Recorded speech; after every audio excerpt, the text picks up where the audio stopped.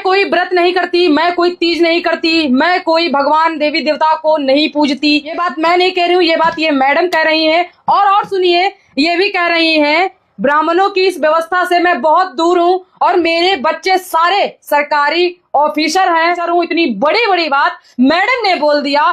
Social media पर करोड़ों लोगों ने इस वीडियो को पसंद भी किया। ये मैं कोई त्योहार नहीं करती, कोई मैं व्रत नहीं करती, तीज भी नहीं करती, सिंदूर भी नहीं लगाई हूँ। और मेरे पति प्रोफेसर रमाकांत ठाकुर जी बिल्कुल हेल्दी और स्वस्थ हैं। मैं ब्राह्मणों से, इस व्यवस्था से बहुत दूर हूँ और बहुत सालों से हूँ। मान्यवर जा रहे हैं 2001 से। और आज हमारे सारे बच्चे सफल हैं। 2 बेटियां हैं मेरी जो इंटर कॉलेज में लगी हैं 2 साल पहले। एक का गाय घाट में है, वो भी आ जाएगी, और एक मधुबनी में थी, वो भी ट्रांसफर होकर यहाँ आ जाएगी। एक बेटा MBBS कर रहा है। सारे बच्चे सफल है। नहीं है कि हम भगवान को नहीं मानते हैं तो भगवान की वजह से हमारे बच्चे नहीं, सारे बच्चे सफल। परिवार सुखी है, दोनों सर्विस में हैं, ठीक हैं, स्वस्थ हैं, आपके सामने खड़े हैं। तो मन से, ये मन का जो भ्रम है ना, जो आप उधर दे रही है ना, उसे निकाल के फेंकिए। एक शराबी पिता से भी ज्यादा खतरनाक एक पाखंडी माँ होती है। एक शराबी पिता से भी ज्यादा खतरनाक एक पाखंडी अंधविश्वासी माँ होती है। कैसे? कभी भी एक शराबी पिता ये नहीं चाहेगा कि मेरे बच्चे शराबी बने, कभी भी नहीं चाहेगा। लेकिन जो अंधविश्वासी माँ होगी, पाखंड में डूबी हुई माँ होगी, धार्मिक कर्मकांडों में उलझी हुई माँ होगी, वो हमेशा चाहेगी कि मेरे बच्चे भी ऐसा ही बने। इसलिए सबसे ज्यादा जवाबदेही और जिम्मेदारी हम महिलाओं के कंधे पर है। हम क्या देखना चाहते हैं, अपने बच्चों को क्या बनाना चाहते हैं? अपने बच्चों को मजबूत बनाना चाहते हैं, साइंटिफिक अप्रोच वाला बनाना चाहते हैं, या उन्हें हम धार्मिक कर्मकांडों में उलझा करके उन्हें मानसिक रूप से पंगु बनाना चाहते हैं? ये आपको तय करना होगा। कितना अजीब लगता है जब हमसे गाय का गोबर रख के कहा जाता है कि तुम इसे मान लो कि गणेश है। पूजा होता है तो होता है ना। आप समझ सकते हैं कि पढ़ा लिखा व्यक्ति भी कोई गाय का गोबर ला के रख दे और उसे कहे कि मान लो कि गणेश है, तो हमारा विवेक कहाँ है? हम कितने विवेकशील हैं? समझ सकते हैं आप कि हम कितने विवेकशील रह गए कि गोबर को रख के कहा जाता है कि मान लो कि गणेश। वहीं पर पहचान हो गई कि आप में विवेक कितना है, आप क्या सोचते हो और क्या नहीं सोच सकते हो, सोचने की क्षमता आपकी कहाँ तक है। मानसिक टेस्ट, वो पैरामीटर,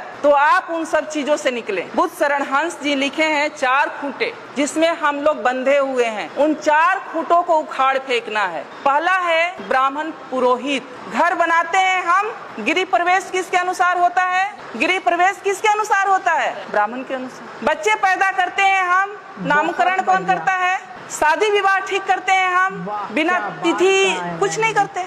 तो वो जानता है, जबकि वो ऐसा है कि वो आपसे हो सकता है कि बिना पढ़ा लिखा ब्राह्मण हो, कुछ नहीं जानता हो, लेकिन वो जैसे नचाएगा आप वैसे नाचेंगे। दूसरा खूंटा है उनके शास्त्र, जो उन्होंने शास्त्र लिखे हैं। वेद है, उपनिषद है, गीता है, महाभारत है, मनुस्मृति है, जिसमें महिलाओं के लिए पता है आप लोग को क्या लिखा है? महिलाएं एक लता की समान है। लता मतलब समझती हैं, जो ये बेल होती है, बेल, तुरई की बेल होती है, लौकी की बेल होती है, उसके समान है। यानी उसमें कोई दम नहीं होता है, कोई शक्ति नहीं होती है, उसको ऊपर चढ़ने के लिए सहारे की जरूरत होती है। उसी तरह से महिलाओं को माना है कि महिलाएं एक लता के समान है, जिसे बचपन में पिता के अधीन, युवावस्था में पति के अधीन और वृद्धावस्था में पुत्र के अधीन रहना चाहिए। आगे कहता है कि महिलाएं नरक की द्वार हैं। कितनी गालियां दी गई है। तीसरा है उनके त्योहार। मैंने अभी कहा कि त्योहार का मतलब होता है तुम्हारी हार, यानी हम जो भी त्योहार मनाते हैं, अगर उसका सही तरीके से विश्लेषण किया जाए तो हम अपने महापुरुषों के हार का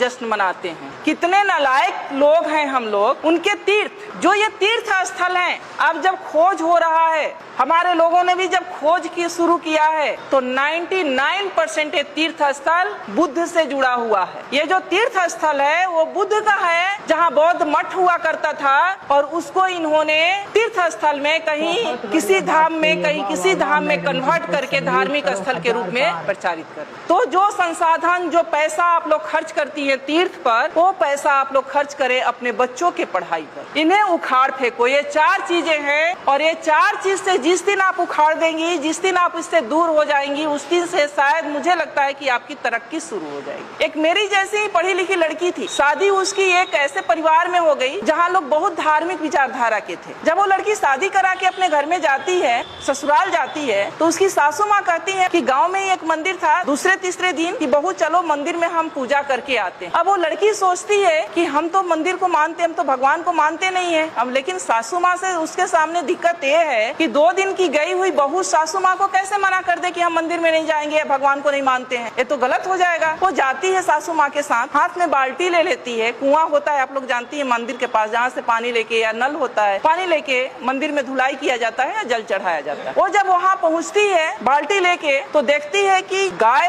का मूर्ति बाहर बना हुआ है। वो गाय के थन के नीचे बाल्टी रख देती है। सासू माँ अभी ये गाय दूध देगी तो घर ले चल के खीर बनाएंगे। उसकी सासू माँ हंसने लगती है कि मेरी बहू तो पागल है, पत्थर की गाय कहीं दूध देगी, मैंने तो ये सोचा था कि ये गाय दूध देगी और हम घर में जाके खीर बनाएंगे। वहाँ से बाल्टी उठा लेती है। फिर वो थोड़ा आगे बढ़ती है तो वहाँ पर शंकर जी का मूर्ति लगा रहता है, तो उनके गले में एक सांप फुफकार रहा होता है, तो वो डरने का नाटक करती है और पीछे हट जाती है, सासू माँ से चिपक जाती है। सासू माँ अभी तो ये नाग मुझे डस लेगा। फिर उसकी सासू माँ हंसती है कि क्या वास्तव में मेरी बहू पागल है क्या? ये कहती है कि पत्थर का नाग मुझे डस लेगा, तो कहती है तुम पागल हो गई हो क्या, ये तो पत्थर का है, ये क्या तुम्हें डस सकता है? सासू माँ उसको अंदर ले जाती है जहाँ एक देवी की मूर्ति रहती। फिर उसकी सासू माँ कहती है कि बेटा देवी के चरणों में ये सब चढ़ा के देवी से आशीर्वाद ले लो, ये माँ बहुत आशीर्वाद इनका फलीभूत होता है, तुम आशीर्वाद ले लो। जब ये बात उसकी सासू माँ कहती है तब वो लड़की कहती है, अपने सासू माँ के चरणों में गिर जाती है, कहती है कि माँ पत्थर की गाय अगर दूध नहीं दे सकती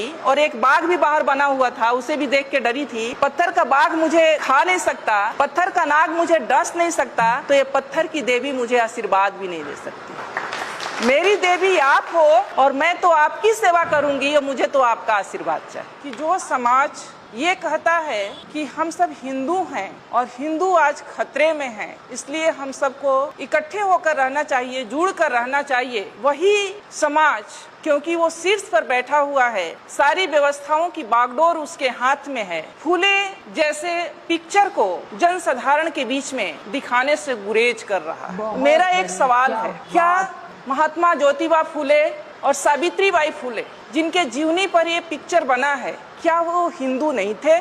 क्या वो हिंदू व्यवस्था को नहीं मानते थे? और अगर वो हिंदू व्यवस्था को मानते थे, हिंदू थे, तो फिर इस पिक्चर को जनसाधारण के बीच दिखाने से गुरेज क्यों? ये एक बहुत बड़ा सवाल है जो सिर्फ मेरे नहीं, जो लोग आज एक झंडे के नीचे एकत्र होने के लिए हिंदुत्व के नाम पर मरे जा रहे हैं, उनको सोचने वाली बात। सावित्रीबाई फूले और ज्योतिबा फूले एक ऐसा नाम है जिन्होंने आपको आज इस स्थिति में बैठने का हक दिया। अगर मैं आज एक प्रोफेसर हूँ तो इसका भी श्रेय ज्योतिबा फूले और माता सावित्रीबाई फूले को जाता है, क्योंकि अगर वो ये प्रयास नहीं किए होते तो हम महिलाएं ना कोई डॉक्टर बनता, ना इंजीनियर बनता, ना प्रोफेसर बनता। सिर्फ महिलाएं ही नहीं, कोई भी SC ST OBC का व्यक्ति और सभी वर्ग की महिलाएं, मैं कहती हूँ कि महिलाओं का मतलब सिर्फ SC ST OBC की नहीं बल्कि सामान्य वर्ग की भी महिलाएं, सभी वर्ग की महिलाएं आज जो कुछ भी है हम लोग, वो हम माता सावित्रीबाई फूले और ज्योतिबा फूले की देन है। रही उनके संघर्ष की बात